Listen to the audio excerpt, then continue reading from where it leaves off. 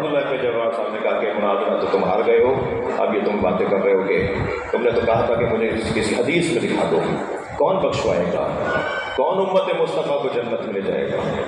جنت کے دروازے پہ بجنے والی کنڈی کی آواز بھی علی علی ہے۔ جنت کو اللہ نے مخملی پردوں سے سجایا ہے، اس پہ بھی علی علی لکھا ہوا ہے۔ جنت میں جب تیز ہوائیں چلتی ہیں تو ہواؤں کی آواز بھی علی علی ہے۔ مولا علی، جناب زہرا، امام حسن، امام حسین، یہ امت کو جنت میں لے جائیں گے۔ مجھے نہیں معلوم کہ کون کس مقام کا حامل ہے، مگر یہ تو سب کا اتفاق ہے کہ جوانان جنت کے سردار حسین، یہ تو سب کا اتفاق ہے۔ سیدہ عالم محشر جناب زہرا ہے۔ عزیزو، جن کو اللہ نے اتنا مقام دیا، ان کے جنازوں کا حال بتاؤں؟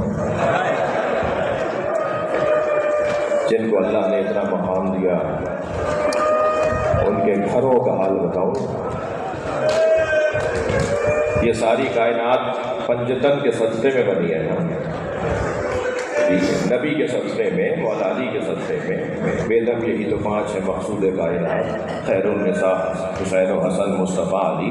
یہ تو سب کا اتفاق ہے نا کہ یہ ساری کائنات پنجتن کے صدقے میں بنی ہے۔ پنجتن کے جنازوں کا حال بتاؤں؟ نبی کے جنازے میں 11 لوگ ہیں۔ نبی کے جنازے میں 11 لوگ ہیں۔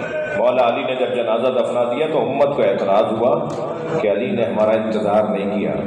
حضرت نے خود پر ارشاد فرمایا، حضرت نے فرمایا میں کسی کا محتاج نہیں تھا، میں اہل بیت ہوں۔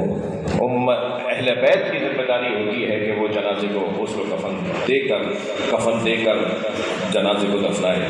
میں تمہارا منتظر رہتا، یہ میرے لیے ضروری نہیں تھا۔ اس گھر میں دوسرا جنازہ 75 یا 95 دن بعد ہوا، وہ جناب زہرا کا جنازہ ہے۔ نبی کی رحلت کے 75 یا 95 دن بعد جناب زہرا کی شہادت ہوئی۔ اس جنازے میں سنیں گے 6 لوگ تھے۔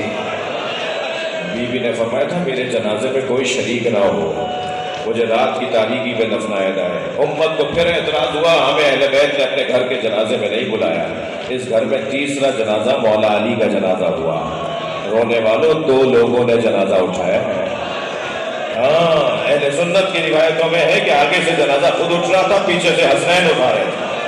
علی مولا کا جنازہ 2 لوگ اٹھا رہے ہیں۔ امت کو پھر اعتراض ہوا کہ اہل بیت کے گھر میں تیسری میت ہو گئی، ہمیں اہل بیت نے اپنے گھر کے جنازے میں نہیں بلایا۔ اس گھر میں چوتھا جنازہ امام حسن کا جنازہ ہوا۔ سنیں گے